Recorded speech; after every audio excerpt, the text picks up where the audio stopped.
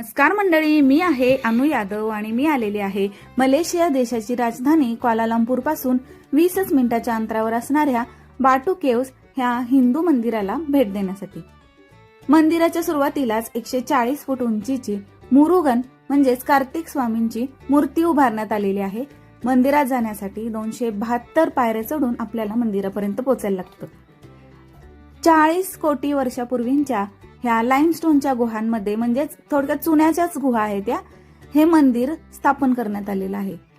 11व्या शतकामध्ये चोळ राजांच्या नौदलांनी आक्रमण केल्यानंतर ह्या प्रदेशामध्ये हिंदूंचं स्थलांतर झालं असं मानतात।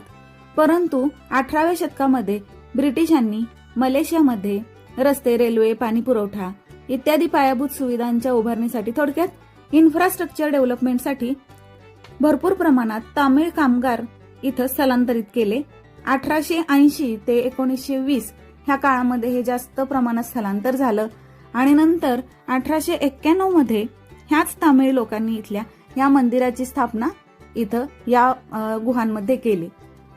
व्हिडिओमधली माहिती आवडली तर चॅनलला नक्की सबस्क्राईब करा। आपण भेटू अशाच एखाद्या छानशा व्हिडिओमध्ये, तोपर्यंत बाय।